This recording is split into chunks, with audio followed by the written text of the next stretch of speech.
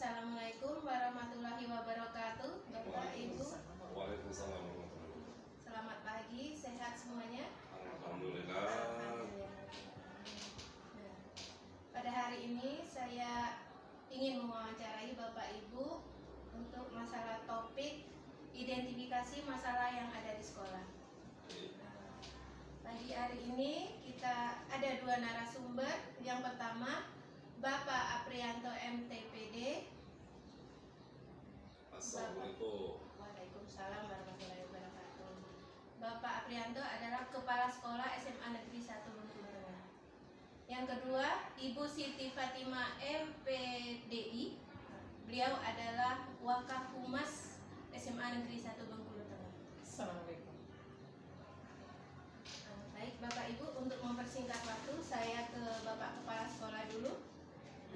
Ada Pak, masalah yang pertama itu yang saya identifikasi itu siswa kurang fokus atau tidak semangat dalam proses KBM. Nah, menurut Bapak apa penyebabnya Pak yang ada di sekolah kita? Kalau siswa tidak fokus, mungkin dalam kegiatan belajar mengajar di kelas. Yang pertama, mungkin siswa itu ngantuk di kelas. Penyebab ngantuk ini bisa jadi karena begadang, artinya terlambat untuk tidur. Tidur malam. Iya, tidurnya terlalu larut malam, sehingga terlambat untuk bangun dan di sekolah jadi ngantuk. Kemudian jarak rumah dengan sekolah yang cukup jauh yang menyebabkan siswa sering terlambat sampai sekolah. Jadi mana lah tadi misalnya terlambat bangun, kemudian jarak dari rumah ke sekolah itu lumayan jauh, dia berakibat bisa jadi terlambat. Kalau sudah terlambat, maka untuk mengikuti KBM itu pasti tidak fokus lagi. Jadi kita berharap sebenarnya siswa itu datang ke sekolah itu sebelum waktunya, bukan tepat waktu. Kalau tepat waktu itu kan serba dengan film masih lain kali. Kemudian penyebab lain adalah barangkali ini kemungkinan kurang perhatian dari orang tua. Tapi memang kalau di daerah-daerah, apalagi di dusun-dusun itu kadang-kadang orang tua dari siswa itu sebenarnya bukan kurang perhatian. Kadang kemalam di kebun, yang nginap di kebun karena Artinya tidak serumah dengan siswa. Iya, karena jarak antara rumah dengan kebun mungkin yang cukup jauh, sehingga akan lebih efektif, efisien kalau orang tua itu nginap di kebun. Jadi mungkin komunikasi antara orang tua dengan anaknya tadi jadi kurang. Jadi itu yang berbeda. Itu yang masalah siswa ya Pak. Iya. Kemudian ini ada yang kedua nih Pak, Ya. Masalah literasi. Nah ini kan dari 1-2 tahun ini kita sudah menggalakkan literasi ini ya Pak. Nah masalahnya masih terdapat di siswa kita ini kurang minat baca siswa. Nah ini apa penyebabnya Pak kalau menurut Pak? Ya kurang minat baca ini ya barangkali karena mungkin sumber bacaan atau memang minat baca siswa itu kan bisa berbeda-beda. Ada yang senang membaca buku-buku yang berkaitan dengan pelajaran, ada yang senang dengan mungkin buku-buku yang fiksi, ya. Artinya kita memang harus menyediakan banyak sumber bacaan untuk siswa. Yang berikutnya bisa jadi memang siswa ini memang kurang dalam membaca tadi, sehingga untuk mengunjungi perpustakaan, ya, membaca bersama-sama dengan kawan-kawan itu menjadi kurang. Tentu harapan kita ke depan siswa-siswi kita ini akan sering berkunjung perpustakaan. Sering berkunjung perpustakaan itu menunjukkan atau indikator bahwa siswa itu tinggi tingkat literasinya, bacanya. Nah, kita sumbernya, sumber data itu akan kita lihat dari perpustakaan, seperti apa kunjungan dari siswa-siswi kita. Semakin tinggi kunjungan perpustakaan, maka literasi baca dari siswa itu artinya semakin tinggi. Gitu Ibu ya. Nah, yang selanjutnya ini numerasi. Numerasi ini masih rendah juga, masih rendah kemampuan berhitung siswa. Ya, sebenarnya ini, jadi rendah, misalnya hafalan kali-kalian kalau kita zaman dulu kan. Memang kalau zaman sekarang ini karena zaman teknologi, sehingga untuk dapat hasil dari penjumlahan, pengalian, pengurangan, penambahan dan sebagainya itu mudah melalui alat, dibantu alat. Beda dengan zaman dulu, sehingga kalau zaman dulu betul-betul harus hafal, bukan di luar kepala, dalam kepala. Ya. Kalau di luar kepala ada hafal. Ya. Jadi mulai kita sekolah dasar, bahkan dari kelas 1 SD itu sudah hafal kalian 1 sampai 10 yang dasar utamanya, dan termasuk penjumlahan, pembagian dan pengurangan sebagainya. Nah sementara itu tadi teknologi ini ada sisi baiknya, ada sisi buruknya. Sisi baiknya kita mudah untuk mencari itu, ya mengakses itu. Tapi kan kita tidak selalu bawa alat. Ketika ditanya sedang tidak membawa alat, bingung itu. Jadi alat tetap kita perlukan, tapi menguasai atau menguasai dalam arti hafal di dalam kepala siswa itu kali-kali yang terutama itu dasar 1 sub wajib sebenarnya. Ya.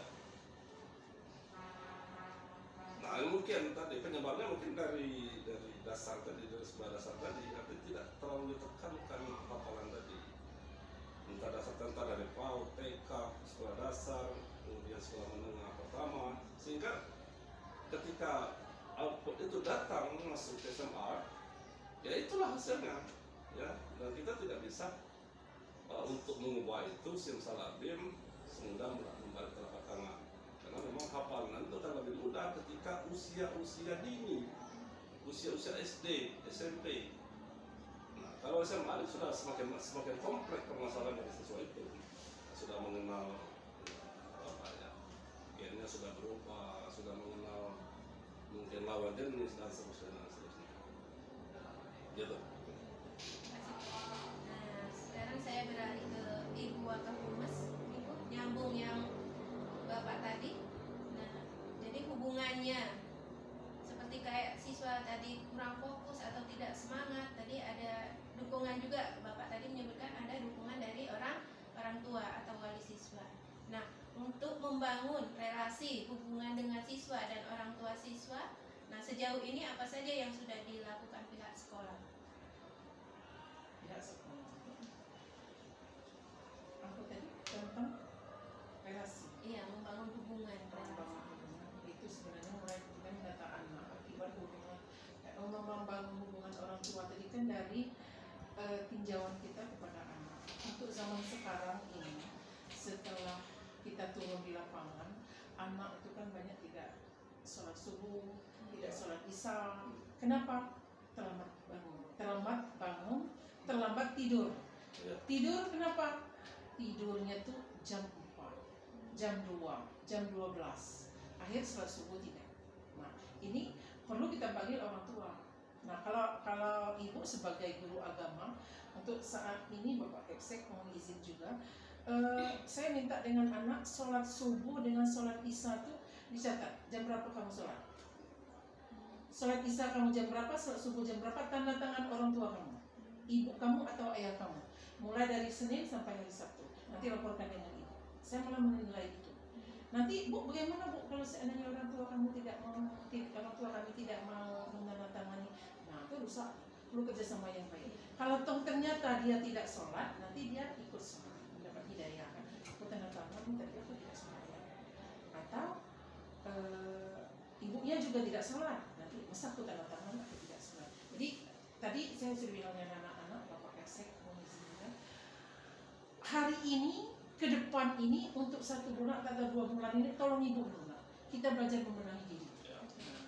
Nanti kalau kamu sudah bisa, udah, untuk apa juga dikejar-kejar? Sedangkan beribadah itu kewajiban. Sudah kebiasaan. Sudah kebiasaan. Ada lagi anak-anak yang, Bu, aku sholat isya, sholat subuh, sholat maghrib, asar aku catat lebih baik. Tapi untuk saat ini ibu minta sholat isya dengan subuh tolong dicatat.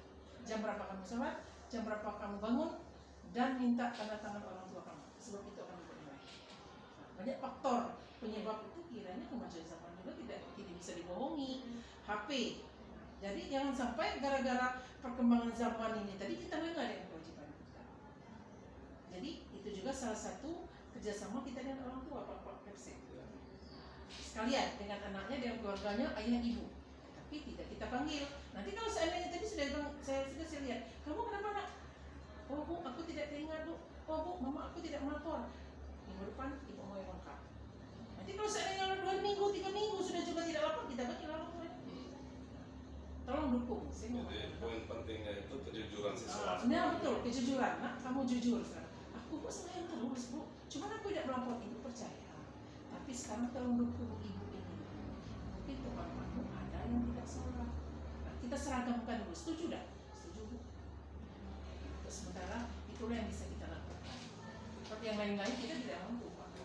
Yang real dulu ya. Ya Pak. Yang lain. Karena alasan anak tuh banyak. Kemarin deh, nak sholat ibu malasnya, tuh sholat ini serba wudhu. Dalam arti kata kan anak tuh belum terbiasa. Kenapa? Siapa yang salah? Guru agama kah? Jelas ada hubungan baik itu untuk melawan yang zaman seperti ini. Kerjasama antara humas, guru agama, dan orang tua harus kompak. Kalau tidak bakalan bisa. Apalagi guru BK. Ya. Apalagi guru BK. Ada tambahan lagi Pak? Bu, sebelum kita tutup diskusinya. Nah, kalau kami sebagai guru agama juga mewajibkan Pak, memang kalau aku dari dulu aku denda yang tidak sholat zuhur berjamaah di sekolah 50.000 atau telpung baru 1. Pernah Pak, saya sebagai orang pribumi di sini dipanggil, didatangi oleh masyarakat, pernah. Mulai kapan kata mereka? Rapat kepala sekolah atau undang-undang kalau sholat itu kena denda. Saya bilang, ini hidup Indonesia, penjelasan negara Pancasila. Yang pertama, Ketuhanan Yang Maha Esa. Terus Indonesia ini 5 agama di sini. Ada Islam, Protestan, Katolik, ini bla bla bla. Untuk Islam, dasar kita itu dalam hadis mengatakan umur 6-7 tahun sholat, 10 tahun tidak sholat pukul. Terus dalam Pancasila juga ada Ketuhanan Yang Maha Esa. Kita harus bertuhan. Untuk kita SMA 1 Bengkulu Tengah ini mayoritas beragama Islam. Sekarang 6-7 tahun sudah sholat. Kamu umur berapa? Anak ibu umur berapa? 17 Bu. Kalau tahu anak ibu beriman dan berilmu, alim, yang untung siapa? Saya atau ibu? Ini mereka kan tidak bisa berani ngomong. Karena kita ulumi, mereka takut. Jadi maksud saya Bu, baik anak ibu beriman, berilmu, beramaliyah. Di hukum itu juga bukan untuk kita dewan guru, untuk anak buah. Tahu ada yang pakai mukena telpungnya beli, pahalanya juga untuk mereka, untuk ayah ibu. Tidak ada hubungan dengan itu. Jadi kebetulan kita masih tidak bisa saling melawan arus, berani. Kita campur. Terima kasih Bapak Ibu atas waktunya. Sama-sama. Kita tutup wawancara diskusi hari ini. Terima kasih waktunya. Selamat pagi menjelang